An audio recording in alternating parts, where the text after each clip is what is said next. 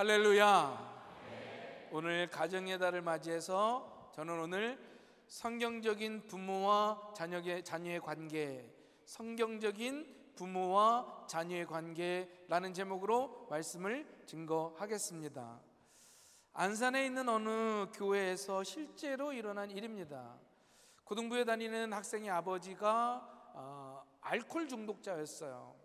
그래서 이 아들이 아버지를 전도하려고 애를 썼지만 잘 되지 않았습니다. 그러던 중 이 간경화 같은 간경변증을 이 아빠가 선고를 받게 되죠. 간이 다 망가져서 이식밖에는 살 길이 없었습니다. 여기저기 찾아봤지만 이식해 줄 사람이 없었어요. 그러자 이 아들이 아버지에게 간을 주겠다고 결정을 합니다. 물론 아버지와 아들의 관계였기에 유전적으로는 100% 다 맞았어요. 하지만 이 아들이 아직 다 자라지 않았기 때문에 다 자라지 않은 아이의 간을 절개한다는 건 굉장히 위험한 일이었죠. 하지만 이 아이는 아버지를 생각해서 간을 내어주기로 합니다. 그리고 이렇게 기도했어요. 주님, 아버지는 예수님을 모릅니다. 그토록 전도했으나 아버지의 영혼을 구원하지 못했습니다. 제가 드린 이 간 한쪽을 하나님이 받으시고 아버지의 영혼을 구원하여 주시옵소서. 감사하게도 이 수술이 아주 성공적으로 끝났어요. 생명을 잃어버릴 위기에 처했던 아버지는 생명을 갖게 되었고, 더 놀라운 건 육신의 생명뿐만이 아닌 영혼의 생명까지도 얻게 된 줄로 믿습니다. 이 간을 준 아들도 수술이 잘 되고 잘 성장을 했어요. 이렇게 감동적인 이야기를 교회에서 알고 이 부자의 그 모든 병원비를 다 내어주게 되었습니다. 여러분, 속상하고 힘든 일이 있을 때 간장이 녹는다라는 표현을 씁니다. 세상에는요, 부모의 간을 녹이는 그 불효막심한 그런 자녀들이 참 많이 있습니다. 하지만 알코올 중독자인 이 아버지를 구하기 위해 간을 내어주는 정말 귀한 자녀도 있다는 거예요. 오늘 가정의 달을 맞이해서 저는 이 부모와 자녀의 관계에 대하여 성경적인 관계를 말씀드리려고 합니다. 바라기는 오늘 이 말씀을 통해 우리 금난의 모든 성도님들이 부모와 자녀가 함께 하나님이 약속하신 그 모든 축복을 누리게 되기를 주님의 이름으로 축원합니다. 첫 번째로 부모와 자녀의 관계는 하나님과 사람의 관계와 연결되어 있다라고 하는 거예요. 출애굽기 20장 12절이 이렇게 증거합니다. 내 부모를 공경하라. 그리하면 내 하나님 여호와가 내게 준 땅에서 내 생명이 길리라. 여기에 쓴 공경하라 라고 하는 단어는 무겁다, 무겁게 느끼다 라고 하는 뜻을 가지고 있어요. 부모님을 가볍게 여기고 만만하게 대하면 안 된다는 거죠. 부모님을 무겁게 여기고 소중한 마음으로 받들어야 되는 것, 이게 바로 공경이라고 하는 거예요. 그런데 이 공경이라는 단어가 부모가 아닌 다른 대상에게 사용된 게 있습니다. 잠언 3장 9절이에요. 같이 한번 읽어봅시다. 시작. 여호와를 공경하라. 자, 오늘 이 본문에서 여호와를 공경하라라고 하는 대상이 누굽니까? 여호와라니까 하나님. 이렇게 공경하라는 단어가 부모님에게도 쓰이고 하나님에게도 쓰였다는 거죠. 이런 단어가 또 있습니다. 잠언 1장 7절이에요. 읽어드릴게요. 여호와를 경외하는 것이 지식의 근본이오늘 미련한 자는 지혜와 훈계를 멸시하느니라. 하나님께 대하여 사람이 가져야 될 그 자세가 뭐냐? 경외심이라는 거예요. 경외라고 하는 건 높으신 분 앞에서 느끼는 어떤 두려움입니다. 하나님은 거룩하시고 죄가 없으신 분이기에 죄 많은 우리가 하나님 앞에 섰을 땐 이 두려움이 생기는 거예요. 거룩한 두려움. 바로 그것이 바로 경외함이라고 하는 거죠. 그런데 이 하나님께 쓰인 경외라는 단어를 또 다른 대상에게 사용했다는 거예요. 레위기 19장 3절을 같이 한번 읽어봅시다. 시작. 경외하고 나는 너의 하나님 여호와니라. 바로 부모님을 대상으로 경외하라 라고 말씀이 나오죠. 여러분, 사람과 하나님과는 뛰어넘을 수 없는 차이가 있습니다. 그래서 하나님께만 적용되는 개념이 있고 사람에게 적용되는 개념이 있는 거예요. 예를 들어 전지하다 혹은 전능하다 라고 하는 이 단어는요, 사람에게 도저히 쓸 수가 없어요. 사람은 전능하지도 않고 전지하지도 않아요. 오직 하나님만 전능하시고 전지하신 분인 줄로 믿습니다. 이렇게 하나님께만 쓰여야 되는 말이 있고 사람에게 쓰이는 말이 있다는 거예요. 그런데 하나님과 사람의 차이를 분명하게 강조하고 있는 성경에 하나님께 쓰이는 말 그리고 사람에게도 동일한 말을 쓰는 희귀한 경우가 있더라는 거죠. 그게 뭐냐? 바로 경외라고 하는 말과 공경이라고 하는 말이에요. 자, 경외하고 공경해야 될 분은 하나님이신데 성경은 똑같은 단어를 부모에게도 사용하더라는 거죠. 이것이 바로 부모와 자녀가 얼마나, 그 관계라는 것이 얼마나 중요한지를 성경이 보여주는 거예요.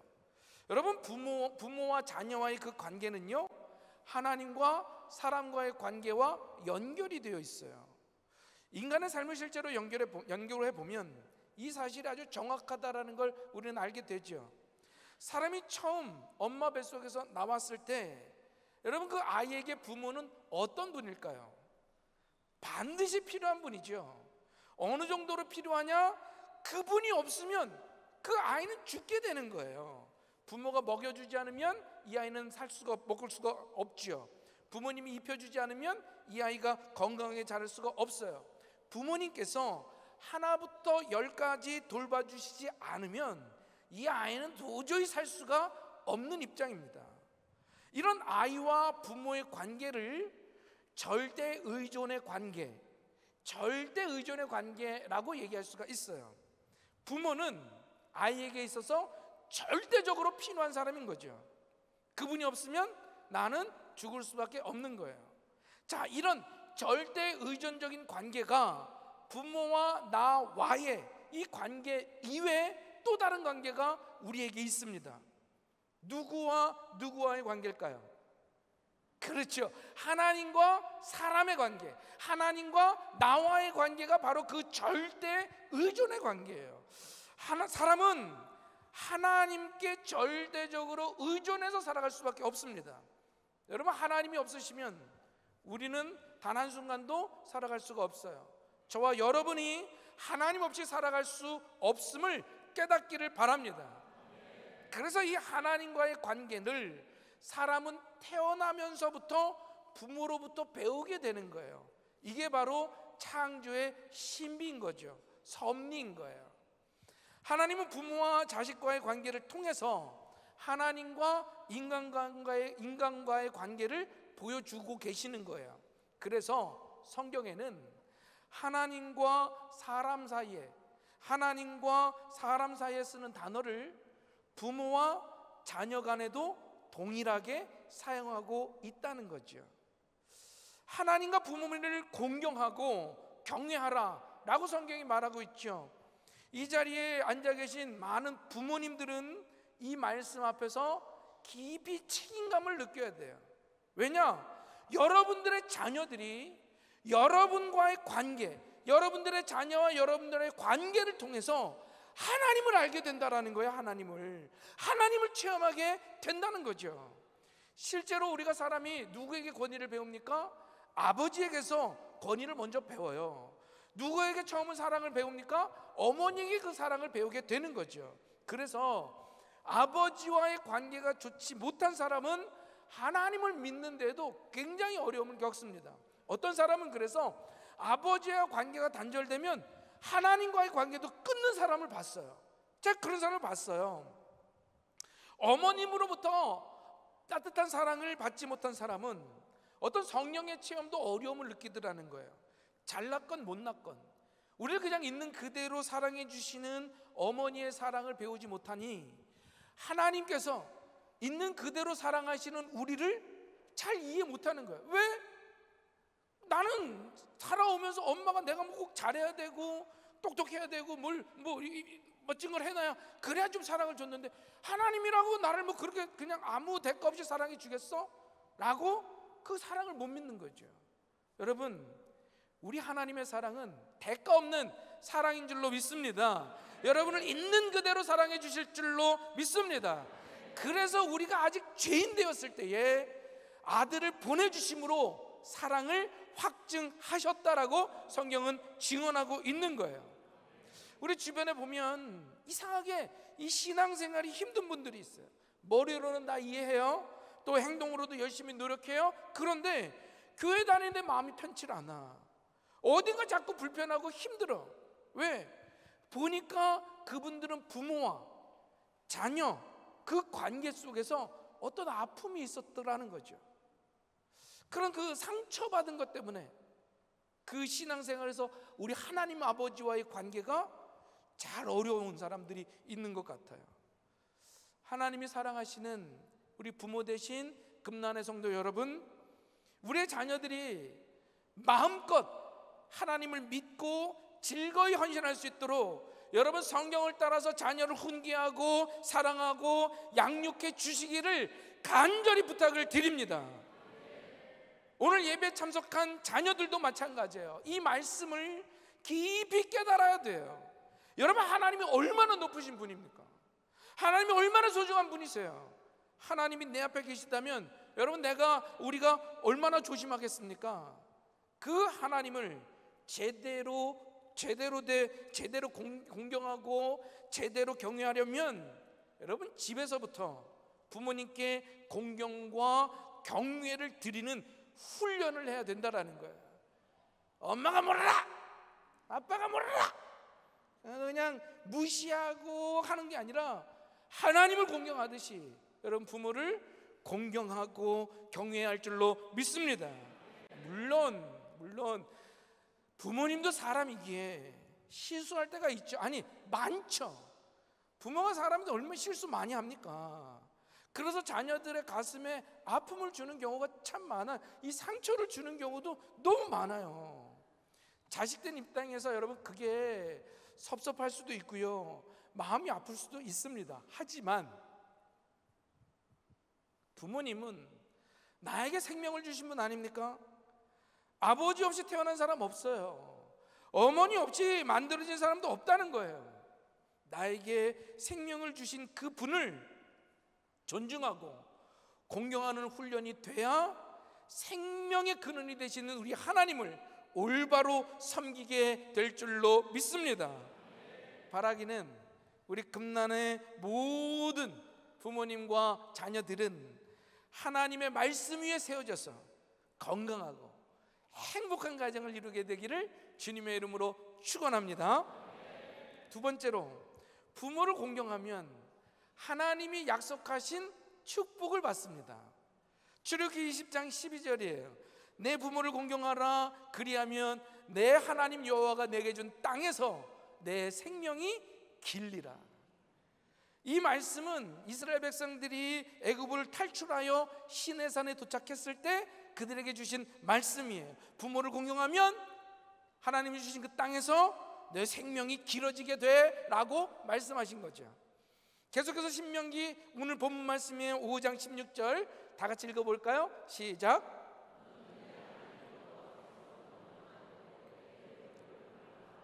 그리하면 내 하나님 여호와가 내게 준 땅에서 내 생명을 두고 복을 누리리라.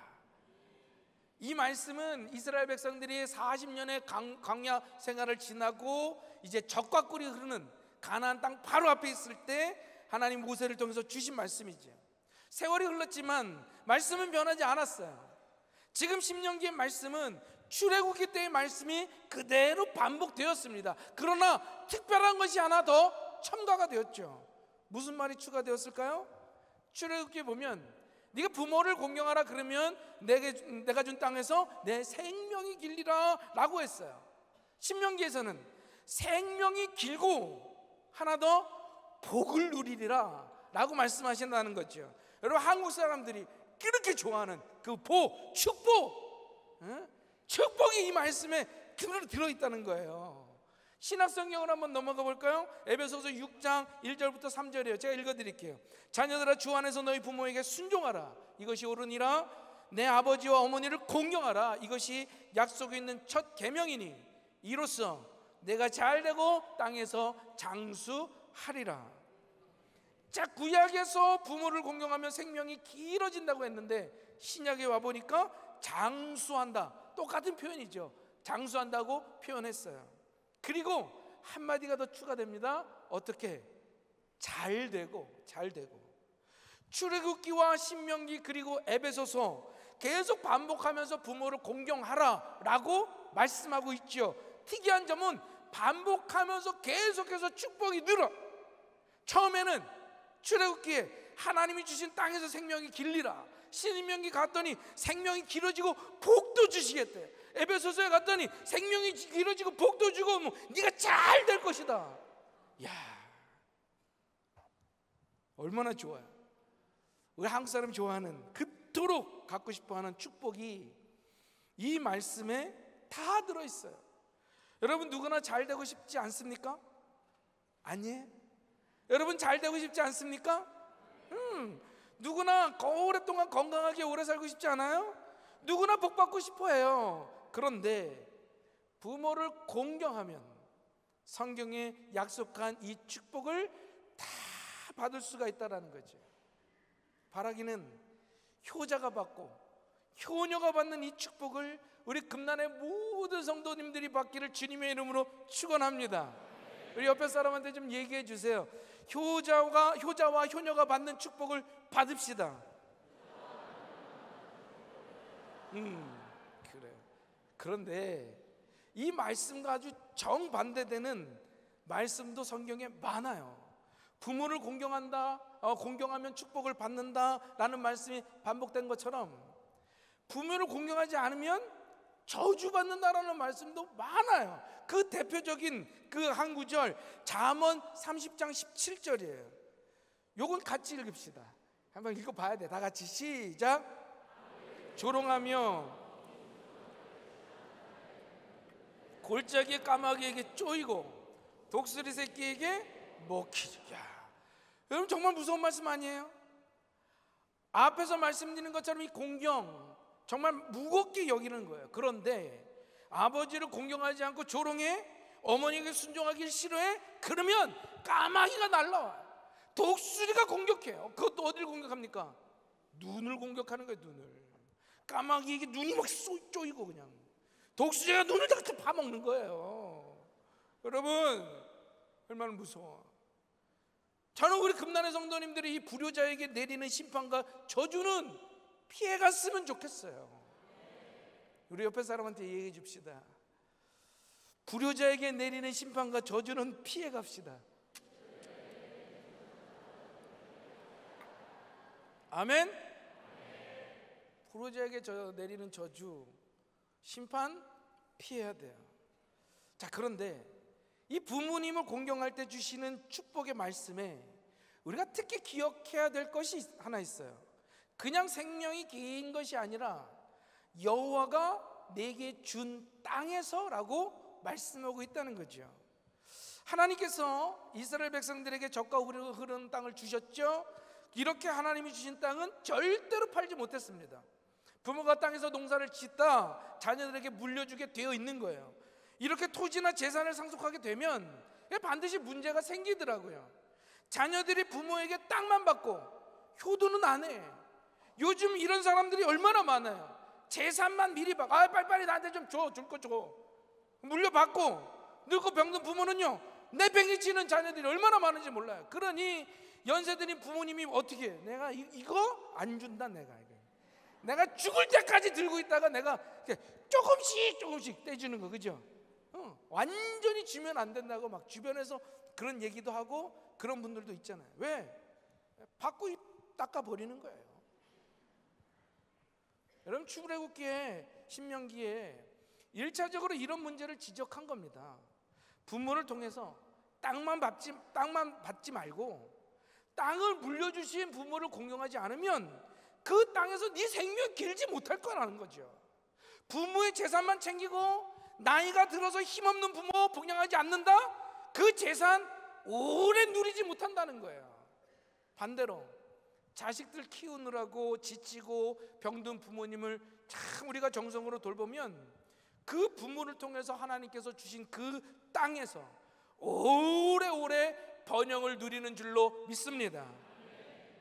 재산을 물려주신 부모를 섬길 줄 알아야 부모가 물려준 그 재산 빼앗기지 않고 오랫도록 간직할 수가 있는 거예요. 그렇다고 물려줄 재산 없다고 불효하면 안 됩니다. 불효하면 어떻게 된대요? 옆에 사람한테 두 손을 이렇게 칵 해주세요. 칵. 물려받을 거 없다고 효도하면 안 돼, 효도 안 하면 안 되죠. 효도해야 됩니다. 말씀을 정리할게요. 히브리어로 아버지를 아브라고 합니다. 그리고 아들을 벤이라고 얘기해요. 이 아버지와 아들이 합쳐지면 아브벤이라고 하는데 이 글자가 축약이 돼서 말이 축약이 돼서 에벤이라고 합니다. 한번 따라해 볼까요? 에벤. 자, 이 에벤이라고 하는 뜻이 뭐냐? 돌이라는 뜻을 가지고 있어요. 성경에서 돌은 단단하고 강하고 변하지 않고 이 깨지지 않는다라고 하는 의미를 갖게 되는 거죠. 가정에서 자녀와 부모가 한 마음이 되고 한 뜻이 되게 되면 돌처럼 단단해지는 줄로 믿습니다. 예수님께서도 비유를 통해 말씀해 주셨죠. 모래 위에 지은 집은 홍수가 나서 물결이 부딪히고 나면 다 무너지는 거예요. 그러나 돌 반석 위에 세운 집은 아무리 폭풍이 불고 태풍이 불어도 끄떡없다고 주님이 말씀하셨죠. 사랑하는 성도 여러분, 부모와 자녀의 관계가 헝클어지면 우리의 인생이 그저 모래처럼 쉽게 다 부서져 내리고 말아요. 반대로 부모와 자녀의 관계가 건강하면 우리의 인생이 아주 돌처럼 단단하고 바위처럼 튼튼해지는 줄로 믿습니다. 실은 이 설교를 준비하면서 저는 참 부끄러웠어요. 지금도 설교하지만 설교하는 제가 참 부끄러워요. 왜냐? 나는 나의 자녀들에게 이렇게 신앙의 예산을 물려줄 그런 모범을 보였는가? 자녀들이 나를 보고 하나님을 발견할 수 있는 그런 부모였던가? 라는 걸 뒤돌아봤을 때 자신이 없더라고요. 또 하나는 나는 부모님께 정말 효도했었나? 올해로 아버지가 돌아가신 지 5년째가 되는 날이지만 아버지를 생각할 때마다 항상 참 죄송하고 미안한 게 있어요. 아버지가 병원에 계실 때 자주 못 갔지만 가끔 찾아갔죠. 그런데 이 남자분들은 다 아실 거예요. 이 엄마와 자녀와 아빠와 자녀는 좀 뭔가 좀 다릅니다. 얘기도 많이 안 하고요. 그래서 병원에 가서 소파에 아버지는 이 끝에 앉아 계시고 나는 이 끝에 앉아서 대화도 안 해요.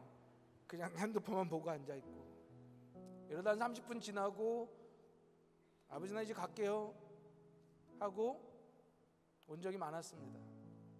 그러던 어느 날 아버지 나 갈게요 그랬더니 아버지께서 평생 하지 않던 그 말씀하시는 거예요.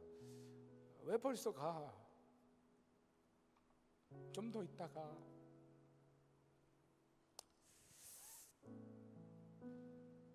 그런데 아버지 바빠요. 네, 나중에 또 올게요 라고 나간 뒤에 그게 마지막이었습니다. 그리고 아버지 산소호흡기를 떼는 그때 저희 아버지를 보게 됐죠.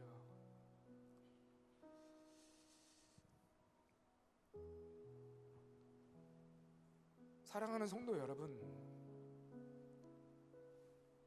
부모님께 효도하십시오. 요즘 참 아쉬운 게 뭐냐? 왜 내가 그때 아버지 사진을 많이 찍지 않아뒀을까? 왜 이야기를 좀 더 했으면, 영상이라도 좀 또 남겨놨으면 하는 후회가 들더라고요. 여러분, 자녀에게 신앙의 본이 되어 주십시오. 여러분을 통해서 그 자녀가 하나님을 발견하게 되는 거예요.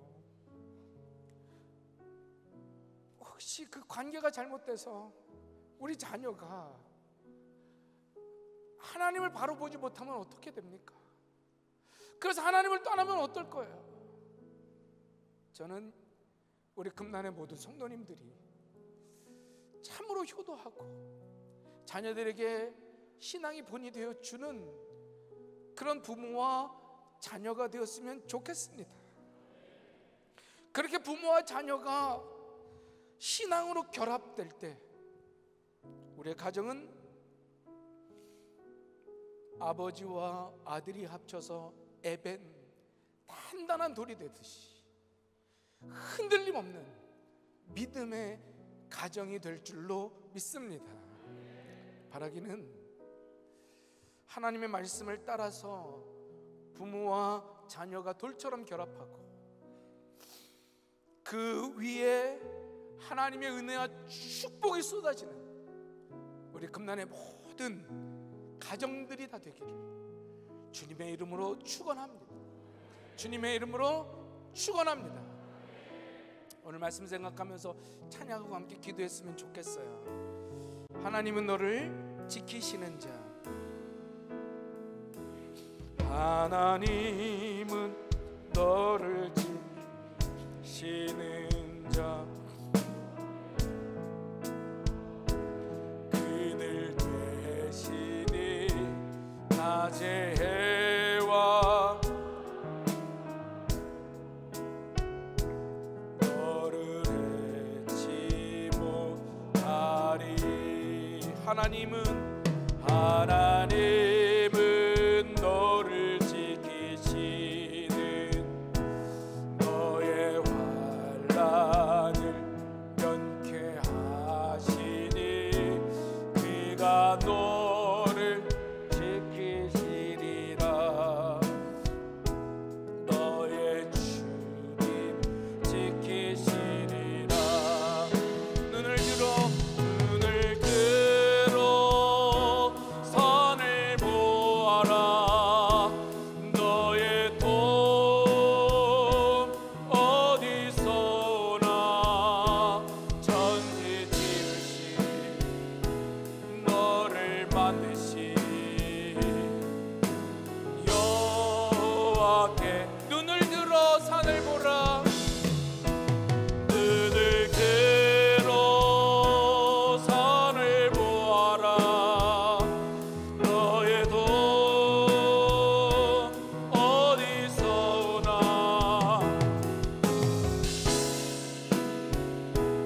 너를 만드신 여호와께로다.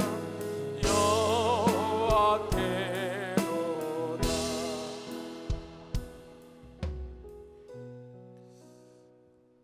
부모님이 돌아가시고 나면 모든 게 다 후회가 되더라고요. 여러분, 그 후회가 좀 적었으면 좋겠습니다. 그리고 자녀를 보며 우리 자녀가 나를 보고 하나님을 경험하고 그 하나님의 사랑을 깊이 체험하기를 소망합니다. 그런 가정이 하나님의 축복이 임하며 그런 가정에 정말 믿음의 대가 계속해서 끊기지 않고 이어지게 될 줄로 믿습니다.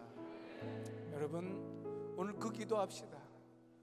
아직 부모님이 살아계시면 하나님, 나에게 생명 주신 부모를 공경하고 존경하며 사랑으로 섬기게 하여 주시옵소서.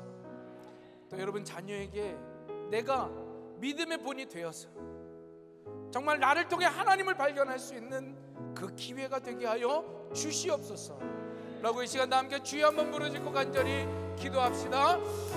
주여.